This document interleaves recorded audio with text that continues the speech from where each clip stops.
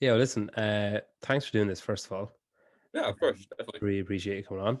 Um, I always like to bed the guests in nice and gently, talking about coffee. Is that something you drink a lot of?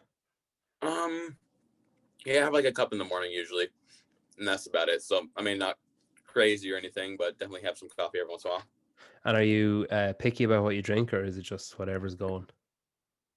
Eh, Dude, to be honest, I don't like the taste of coffee. I just do it for the caffeine. So, Oh, really? So is that like a pre-training thing then? yeah, that's like my pre-workout or whatever you want to call it. And do you take pre-workout later in the day then? Like say if you're doing Nah, lunchtime or no? I mean, I'll have maybe a little bit of green tea every once in a while in the afternoon, but just the one coffee for like pre-workout. That's it. Yeah. Because you're an interesting one. I remember I, I was talking to Ryan Friend recently, and hmm I was kind of asking him, like, you know, is there anyone he knows who trained at home? Because obviously training at home with COVID and everything became a big like everyone had to do it at some point. And I was kind of Yeah, like, is there anyone that like exclusively does it or almost exclusively does it? And he said, like, well, Rich and Matt, but I mean they don't really count. yeah, Because yeah. like, you can't call it training at home if you're training with Tia and Shane. Like it's not really the same. But like you predominantly did and do train at home, at your parents' home in their garage, and that's where you did Yep. your open stage one and stuff, and you train with your siblings in sometimes and your parents other times. Like it's a unique scenario, but like Yeah. at the best of times, families can get annoying. So is there times where you're like, you know what, I'm just gonna train on my own today, like fully on my own? No, definitely not. I mean, I have a great relationship with all of my siblings, my parents, and everyone. So, if anything, they probably get annoyed by me telling them what to do because I'm telling them how to scale all the workouts to try to keep up with me for the most part. My little brother, he usually does whatever I tell him, but my sister sometimes just I tell her what to do and she's like, I got to do that kind of thing. But other than that, I mean, no, never no arguing or anything. I definitely rather work out with them than train on my own for sure. Yeah, that's fair. There's not. I find it so difficult to train on my own. Yeah, You're an Escape Sounds athlete. You can use coffee pods for discount there if you want. Anyone listen? there you Um, go. do you listen to music or podcasts or just your own voice telling you that you're great when you're training, or what do you listen to? I'm training. The morning session when I train with my siblings, my one sister is the DJ, so she gets to play whatever she wants. In the afternoon, I throw in my headphones for the afternoon session, and just whatever I feel like I'm listening to. Yeah, nothing too crazy though. Are Just you top like hit. a country music bop? Is it? Um, when I'm lifting, I honestly don't mind listening to country music, but when I'm working out, I mean, just like whatever's popular, I usually like at the time. Yeah. So just whatever. I always find myself, I make a playlist and I'm like, okay, I'll pick all the songs that I like that'll keep me motivated. And then about halfway through listening to the playlist the first time, I'm like, this is the fucking same as the last playlist that I made like 6 months ago. It's the exact same songs, just in a different order. And then I Yeah, don't know, I find it too hard letting Spotify do the work, because then it turns into like, oh, well, I stop and skip this song because I don't like this one, or what I do. But yeah, I, no, I I can't. know. I've made like a playlist, and I think there's like 100 songs on there, and I think I usually skip it until there's like 3 songs right now that I actually like. I've just got tired of all the other ones. So out of like out of like 100 songs, I'm listening to like 3 of them most of the time, and then I'll get tired of those in like a month, and then have to find Yeah. some new ones. I actually went for a run the other day, and I was like, I got a weighted vest for Christmas, so I was like, I'll go for a run and see how I go. There we And go. I thought I'd run like 5 kilometers, and then as I was running, I was kind of like, oh, I feel kind of okay, so I said I'll do 10, and then I ended up doing 12. And I it was on the last like 2 kilometers. I was using the Nike Run app on my phone. Mm, So she was yeah, telling me every so often like how far I was going. But when I started off first, I started the Nike Running app and then I started Spotify. And I think I should have started Spotify and then the Nike Running app, because when I started Spotify, it was like workout pause, and I was like, no, I'm still running. So like I hit play, but it obviously put me offline on Spotify, and I only realized with 3 kilometers or 2 kilometers to go that the same 4 songs were just playing on a repeat. And I didn't notice the whole way through. I was like, I remember a couple of times thinking, like, God, that's very early for that song to come back on. But I just put it out of my head. And then 5 minutes later, I'd be like, is that one again? Like, how is that? That's not possible. But There yeah. must have been some songs though, then, huh? Yeah. Or else I was just so distracted by the fact that, I was chafing and getting bunions and corns and everything. I didn't even notice. Jeez, dude, you ran that all 12 kilometers with a vest? Yeah, no, I don't know. I actually have to weigh the vest. My wife got it for me, Yeah. and she said it was like, well, she said it was £5, but I think both plates are five. I think each plate is £5, and there's 2 plates, Mhm. so I need to actually weigh it. But no, it was a shuffle. Like it was an hour and 20 minutes or something. It was nice and Okay, that's how it gets with the vest sometimes. I hear you. yeah. Do you enjoy recording podcasts, like being interviewed and stuff, or do you kind of see it as part of work, kind of? At first, when I was kind of after stage one, when I qualified like up top 5, I was getting asked to do a bunch of podcasts, and I said yes to most of them. The first couple of them, I mean, it was a little hard for me because I don't know, just getting in the groove for it. But now I honestly enjoy doing them now because just a little easier to talk, because I don't really enjoy like talking like in front of people or anything, which just is not necessarily how it is. But now I enjoy doing podcasts for the most part. Do you find it weird talking about yourself? Oh yeah. But I mean, when it comes to like CrossFit stuff, if people ask like event breakdown and stuff like that, that's a piece of cake for me to do. But yeah, but for the most part, it's all right. And how did you discover CrossFit? Like, how did that come about? Because I read somewhere that Um, you claimed from 15 standing on the podium was a goal. So like you obviously yeah, discovered it fairly early doors. yeah. I think I was 15 when I started CrossFit. And I was doing like cross country and stuff, and I was just getting bored of running. And my mom knew someone that was doing CrossFit, so kind of went and did a class and kind of got hooked ever since. And like so I suppose in hindsight, it's easy to say, oh, I always thought I'd be on the podium or whatever. But like, was it a realistic? Was it a genuine goal that you realistically held, or was it something to be like that'd be cool someday? I mean, the first couple months I was doing CrossFit, I had just the owner of the gym. He was kind of like telling me, hey, if you stick with this, you could be like really good. I guess he could see the potential in me, kind of a thing. So I mean, that's kind of where it started out. And then I mean, over the years, it like actually like built confidence, like, oh, I could actually do this kind of thing. Does Can that you make remember? Can sense? you remember a specific moment or like a competition or something where you felt like, yeah, okay, this is well within my Yeah. wheelhouse? Yeah. So when I made regionals when I was 18, and I was competing against guys that were probably like averaging like 27 or 28 or something like that, and like holding my own. And then at that point I knew like, hey, just stick with this. I could be pretty good, kind of a thing. In 2016, then you finished 17th and you won an event in your rookie year, which very few Mm-hmm. people can claim. And then a year later, I guess some creaks maybe started to appear, like with your body, like your knee started playing up on your back, and like you still Yeah. finished 20th, so it's not as if like Yep. you plummeted down the ranks or anything. The following year, then you cut your season short Yep. to fix your knee and recover. And I Mm-hmm. read that in that middle year, you felt like the fittest and the readiest that you've felt so far. So is it Yep. hard not to kind of just push ahead and hope for the best? Like, was it a difficult decision to say, like, right, you know what, I'm going to actually just have to fix this? Yeah. I mean, so kind of the whole story is what happened. I mean, did 2016 and got 16th, and I was super happy about it. So I was very driven to like train real hard for 2017, and that's what I did. Trained super hard, and I think I got the fittest I've ever been.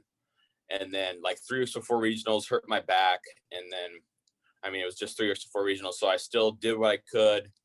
Went to regionals, got second, did good, and then with my back hurting leading up for the 2017 games, a lot of like compensating stuff was happening, so I was putting more weight on one side, and then I would say like a month before the 2017 games, I was having my knee hurting, and I mean, from regionals and to the games, I here and there, my like back would be hurting so bad or knee would be hurting so bad. I took days off here and there training for the games, and just didn't have like the right mental attitude. It was just like getting through every day just because, I mean, stuff was hurting. I mean, then got through the 2017 games, got 20th, and then still was dealing with the knee. A little rest with my back, got that better, but I was still, like I said, dealing with my knee, and then kept training. And at some point I just had enough. And I mean, I had done like PRP and pretty much everything that I could think of to do to help my knee before surgery, but kind of just had enough and got surgery to get that fixed. Yeah. So looking back at it, I don't think I would have done too much differently. But yeah, it was definitely like frustrating being the fittest I've ever been in 2017. But yeah, is what it is. Can you do you remember much about, say, those first 2 years of the games? Because I know a lot of people I've spoken to have said that the first year they kind of, they maybe feel a bit overawed, or like that they're kind of just happy to be there maybe, and then it kind of passes them by a bit. And then the second year is like, okay, yeah, I've deserved to be here. This is my second year here. I've obviously earned it. Like, Yep. you kind of, I suppose, had a unique experience of, or a rare experience at least, of winning an event. So was there, do you feel like maybe you were more ready than most that first year you qualified? Hard to say. I mean, I definitely was super excited to be there. And I mean, I had not really any pressure going into the 2016 games, so that was nice. But I mean, I prepared as well as I could because I was going there to do the best I could. I wasn't just doing that for fun because I knew I wanted to do the best I could. But yeah, it definitely was kind of different. Like 2016 got 16th, and then I put a lot more pressure on myself 2017 to do better, kind of a thing. Yeah. Mentally then, was it hard to take, having that kind of semi taken out of your control? Yeah, I mean, yeah, I was not happy with how 2017 went. I mean, frustrated with injuries, and then placing wise, it was definitely not too much fun. Post injury then, so you qualified through the Open, finished Yep. 19th, Yep. back with a bang. What are your memories of Madison that year? Yeah. So yeah, definitely 2019 was kind of funky for sure. I'd say my knee like actually healed up all the way, and I got back to normal trading like a month before the 2019 Open. So it was a nice little surprise getting 19th. But yeah, I kind of forgot what you asked me, to be honest. When you were in Madison, because obviously that was a weird games with like so many people, and then the cuts and all that kind of stuff. Like, did you enjoy it, or was it?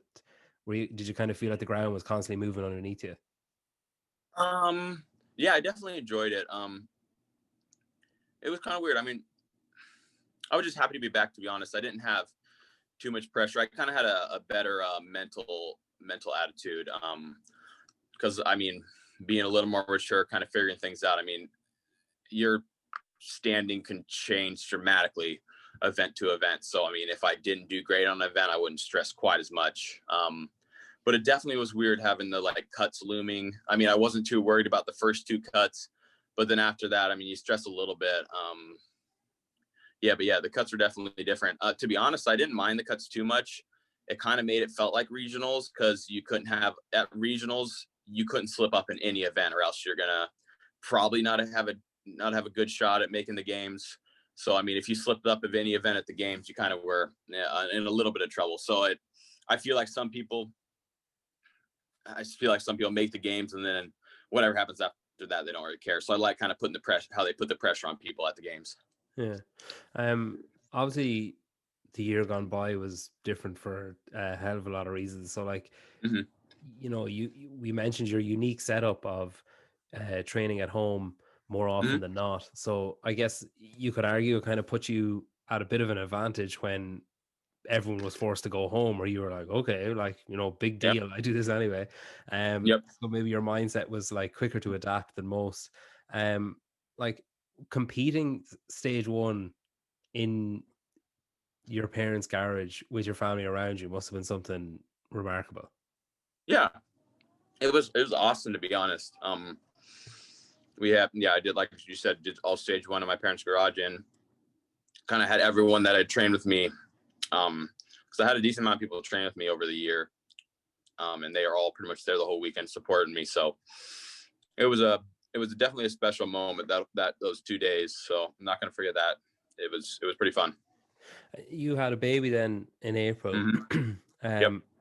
Did that have a big impact on your training or your life, or was it like, did you, because obviously it's such a different year with everything being moved, cancelled, postponed, pushed back, and the games changing all the time. There's a lot of uncertainty there. So I suppose, was it a case of like that the kind of changes at home were maybe a distraction from that it was like, look, whatever is going to happen is going to happen, I've stuff on at home anyway?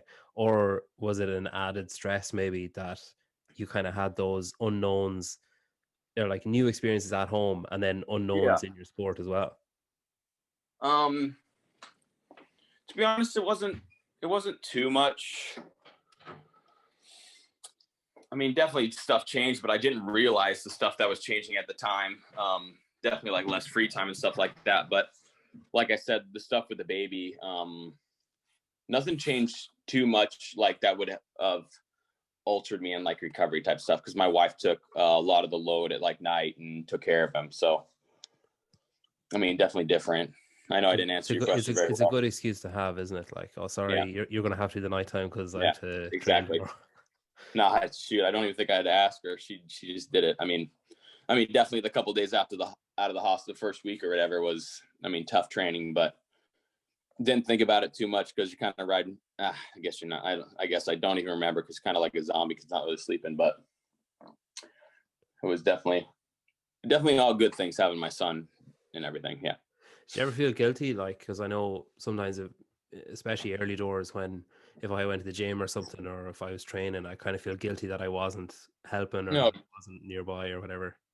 Oh, yeah, definitely. I mean, I still want to spend as much time as I can with my son and stuff like that. So I definitely feel guilty, but I mean, it's a job. You got to be able to support him and stuff like that. So it was what it was at the time.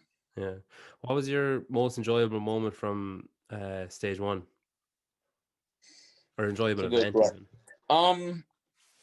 Shoot, I would either say the 1,000 meter row, because it was kind of like a surprise. I mean, and I felt like I crushed that, and everyone was super excited when that happened. Yeah, so either the 1,000 meter row or the finding out how I did on the handstand hold, because I mean, I had no idea how I was going to do, and when I think I did like a minute 33 or something like that. And when I got done, I'm like, oh, hopefully that's like middle of the pack. And then I ended up getting like third, and it was super exciting kind of thing. Yeah, it must be strange though. I suppose it, like I guess you're semi used to it from the open, where you kind of don't really know how people Mm-hmm. put in their scores late, or they might get updated late and stuff. Yep. But it must be especially strange in that scenario where it only lasts one weekend and you have no idea until everyone all over the world has it done how people did. Yeah, I mean, that was the only annoying part for stage one, but I mean, I didn't have it that bad, to be honest, because I only had to wait a couple hours. Everyone else, a lot of people had to wait quite a while.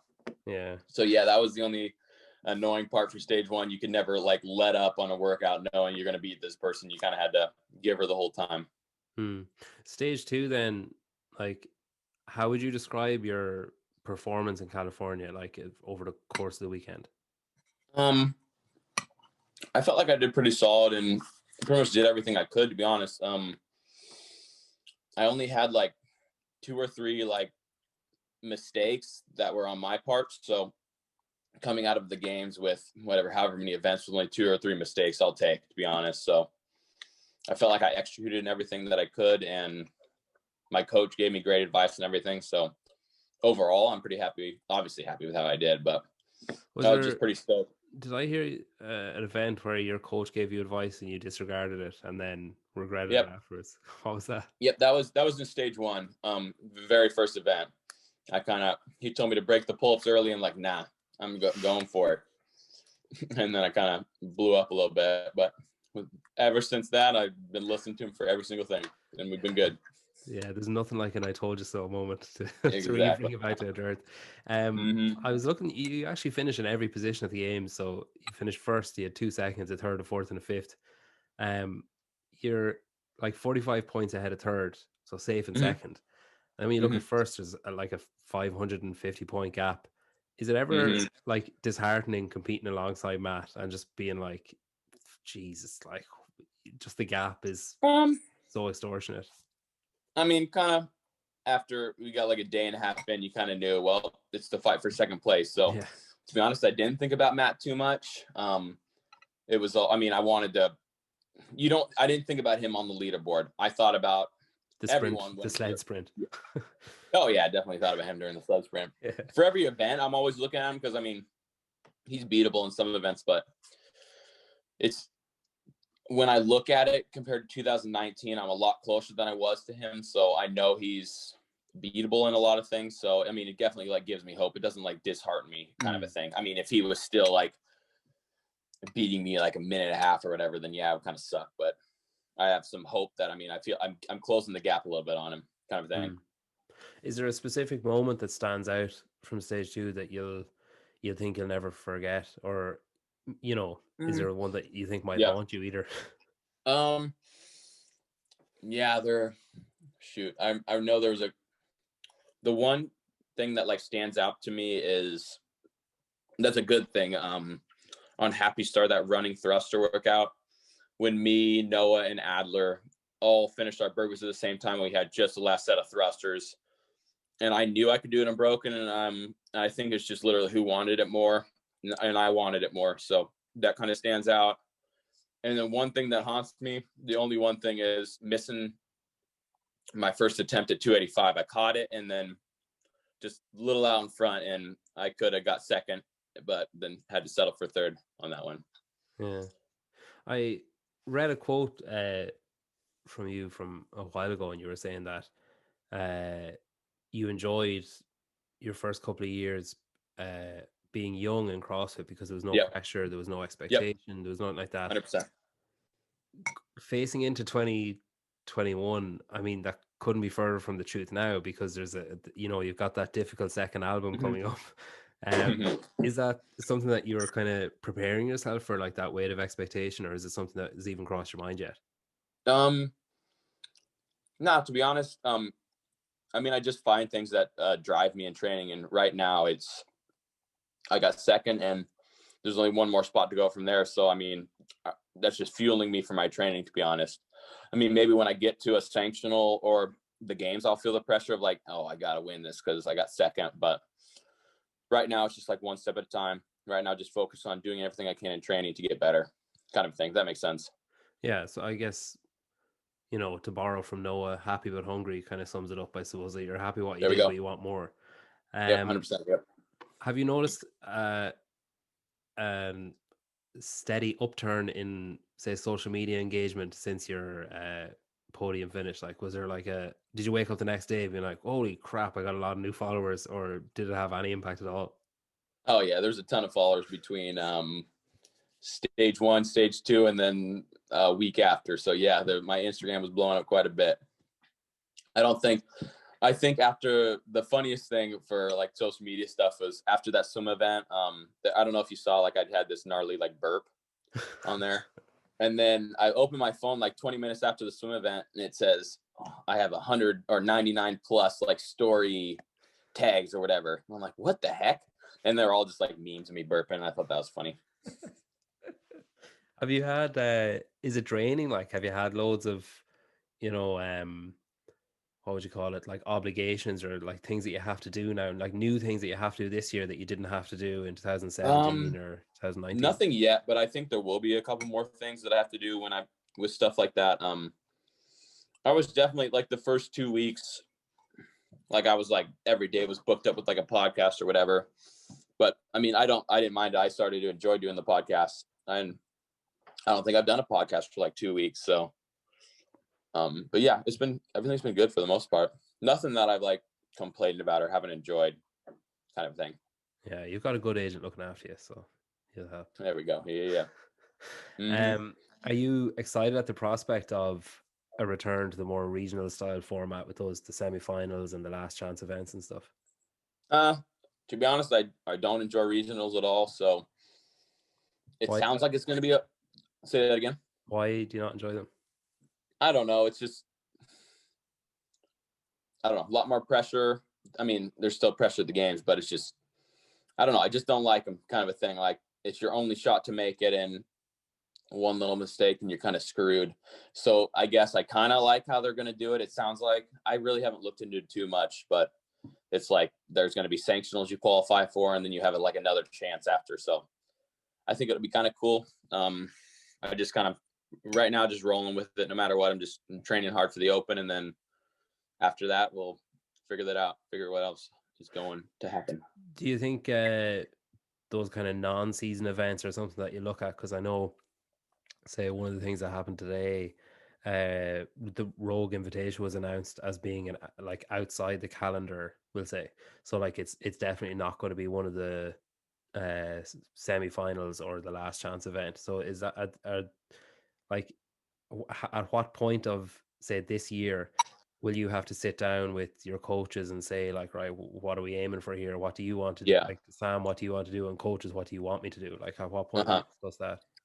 I mean, yeah, that's a good question.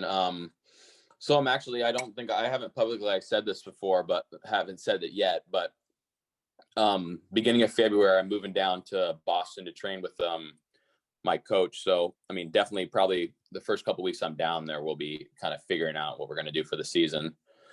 But as is like competitions that aren't sectionals or last chance events or whatever, I probably won't do. I mean, the Rogue is really cool, so the Rogue event's something I definitely want to do. So we'll see. But right now it's probably Open, and then ideally like one or like two sanctionals, and then games would kind of how my season would be laid out. And what brought on the move? Just, I mean, just another step to help me in my career, kind of a thing.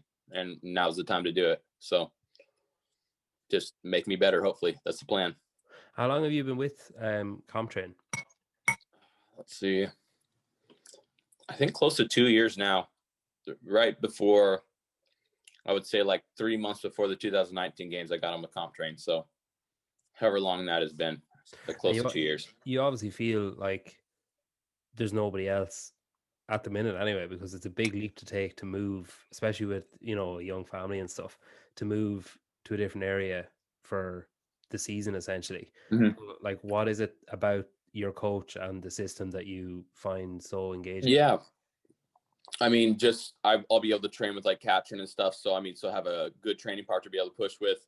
And then I had my coach down here for about a week and a half before the games, and just I learned so much from him in just a week and a half, being able to be like actually like in person. So I know there's so much more that we're going to be able to accomplish when we're one-on-one pretty much all the time. So it's just something that I couldn't really pass up when I had the opportunity to go down there.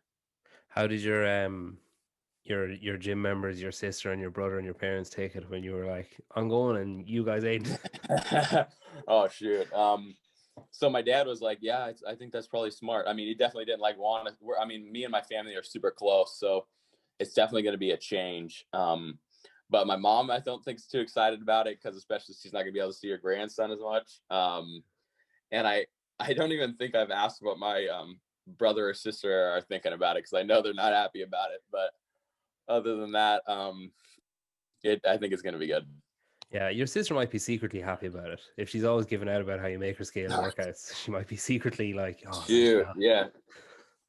Yeah, I know, right? But the problem is I'm going to be 3 hours ahead. So I'm going to get done with my morning session, then I'm going to text them what to do. So they're not going to get away with anything. And especially my younger brother, he's 15, and last year he qualified for the, what do you call it? The age group. Not the games, but the age group division. So, and he's made a lot of progression. So yeah, I saw you I put don't a video necessarily, of him like 2 weeks ago, and I was just, dude. I've never felt such a mixture of like astonishment and just like disheartenment at where I am, where I was just kind of like, God, Mm-hmm. he's less than half my age. Like, I know, dude. I think he could be pretty good if he wants to be, and he's going to do pretty good this year. I think I'm excited to see how he does. do you So think I'm definitely do you think still he going to wants kind to of do be. it like long term? I think so. But I mean, a lot of it's mental. So as long as he like mentally stays with it, I think he'll definitely do good. And right now he's all about it. So I just got to be smart with. I mean, he's only 15, so he can't be throwing around the weight too much. I know it's not smart. So just try to keep him healthy and keep the weights not crazy heavy or anything like that. And so if he wants to do it long term, he'll be able to thrive and not deal with injuries and stuff like that. Yeah, you could be the new like Panchicks or Smiths or something. The Quants could take over the brother Dude, league. yeah, there we go. Um, And when he beats me, I'm retiring. Dude, I mean, if I scale it right, he can smoke me in some workouts. Yeah, that's not what you want, really, is it? It's almost like that. It's almost worse than that father son thing where the son passes you out. No. Oh, it is worse. I'd be happy to have my son beat me, but my little brother, I don't know. I don't know about that. I'll just start scaling a little harder. Yeah. So finish with a quick fire. So they're mostly either or. Row or ski. Row. Bench or pull up. Bench. Snatch or clean. Squat clean or power clean? Power, because I can't squat. All right, power clean. Gymnastics or cardio. Cardio. Run or swim. Run. Hate both those. The best free thing you've gotten from your athletic career. Rogue plates from the games this year. Nice. Did you get them for free? Yeah, dude. Yeah. Yeah, because I interviewed Jeffrey Adler and he was like, no, I had to pay for them. Okay, so he was so funny. That Jeffrey Adler's hilarious. I love that dude. I think he bought everything we used at the games. He like bought the deadlift bar. He was trying to get it for free though. He was asking everyone at Rogue if he could bring it home. So he might have honestly bought plates and then he got plates too with it. So he might have got 2 sets of plates.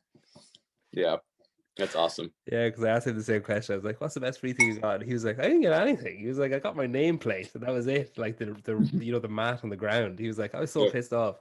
Actually, that reminds me, I saw a really nice picture. I don't know if it was taken in context or out of context, but you actually shared it as your where I've been and where I am or whatever. But it looks like a really nice moment anyway, where you're kind of admiring your own name on the little stopper at the end of your lane. Mm-hmm. Yeah. Mm-hmm. Yeah, that's awesome. That's really good picture. What you're talking about. Mm-hmm. Well, listen, thanks a million for coming on, and all the best for whatever you're planning for the new year, and best of luck with your move. That's really exciting. Thank you. And best of luck to the family. Happy New Year. Enjoy 2021, because I mean, on a global scale, it can't be any worse than 2020, but hopefully on a personal and professional scale, it's better for you. There we go. Hey, that'd be awesome. Same to you, man. Hope you and your family have a good year as well.